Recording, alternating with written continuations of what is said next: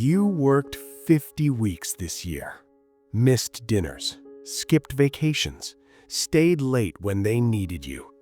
And your reward? A 3% raise.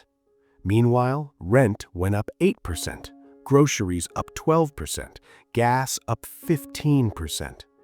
You worked harder than last year, and somehow you're poorer. That's not bad luck. That's the system working exactly as designed. And if you don't understand what happens in the next 6 minutes, you'll spend the next 30 years on a treadmill that's moving backward. This story might save your future. Once upon a time, in a city of glass towers and endless highways, lived a man named Marcus. Marcus was 32 years old, and on paper, he was winning.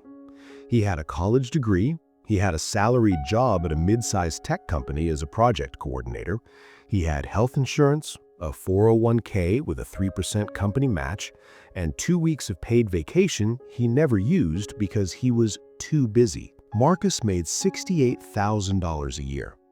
It sounded good when he said it out loud at Thanksgiving dinner.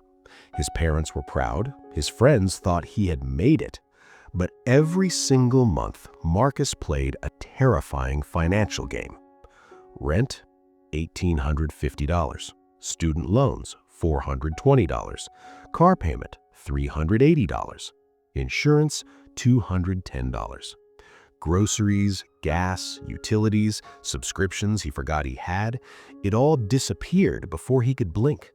By the 25th of every month, Marcus was checking his bank account 3 times a day, praying nothing bounced. He told himself, I just need the next promotion. I just need the next raise.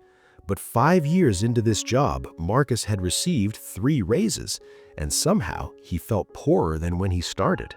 One cold Tuesday morning, Marcus sat in the break room with his coworker, Trevor.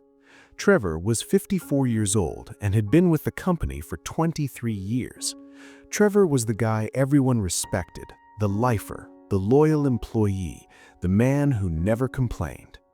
Marcus asked him, Trevor, you've been here forever. You must be set, right? Like financially comfortable? Trevor stirred his coffee slowly. He looked out the window at the parking lot. Then he said something that made Marcus's blood run cold. Marcus, I've gotten a raise every single year for 23 years. You know what my salary is now? $91,000. You know what it was when I started? $42,000. Sounds like I doubled my money, right? Marcus nodded. But here's what they don't tell you. Inflation over 23 years ate 60% of that growth. My rent has tripled. My insurance costs have quadrupled. I have less buying power now than I did in the year 2000. I've been getting richer on paper and poorer in reality. I have $11,000 in my savings account. That's it. After 23 years of loyalty, Marcus felt his chest tighten. He realized Trevor wasn't a success story. Trevor was a warning. That night, Marcus sat at his kitchen table and did the math. If he stayed at his job and got the standard 3% raise every year, he would be making $79,000 in 5 years. But rent was increasing 5% annually. His car would need to be replaced. His student loans would still be there, bleeding him slowly. He realized that working harder at this job wasn't going to save him. The treadmill was designed to keep him running in place while the cost of life sprinted ahead. Marcus felt a wave of quiet rage, not at his boss, not at the economy, at himself, because he had spent 5 years believing the lie, if you work hard and stay loyal, you'll be rewarded. But the only people getting rewarded were the ones who owned the game, not the ones playing it. The next day, Marcus did something that terrified him.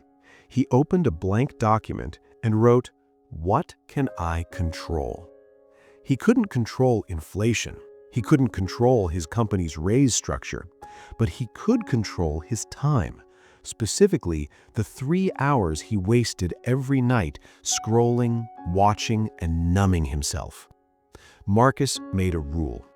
Every evening from 8 p.m. to 10 p.m., he would learn one high-income skill.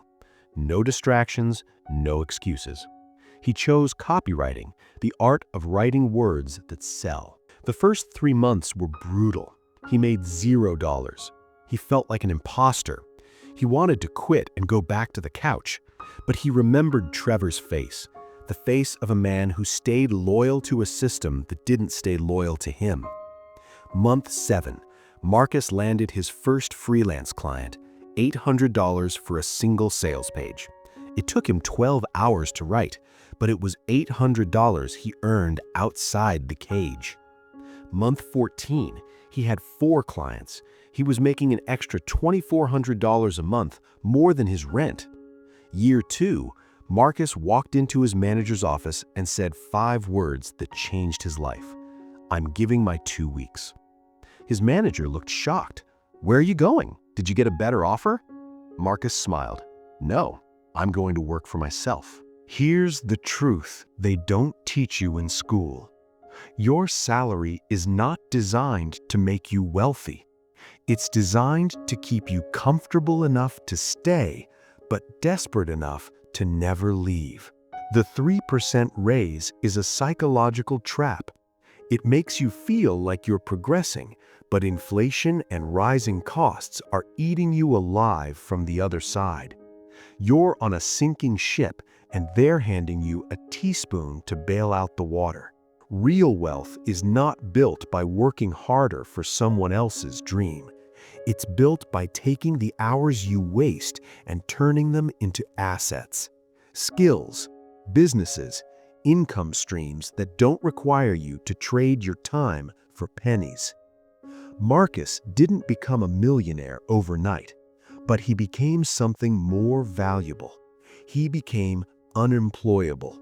He could never go back to begging for a 3% raise because he learned how to create his own 300% raise. So, I have to ask you, how many more years are you going to give to a system that's designed to keep you tired, broke, and hopeful? Tonight, don't turn on Netflix. Don't scroll. Sit in the silence and ask yourself, what skill could I learn that would make me financially irreplaceable? Your 3% raise is coming, but so is next year's rent increase, next year's insurance hike, and next year's regret. The only question is, are you going to keep playing the game, or are you going to build your own?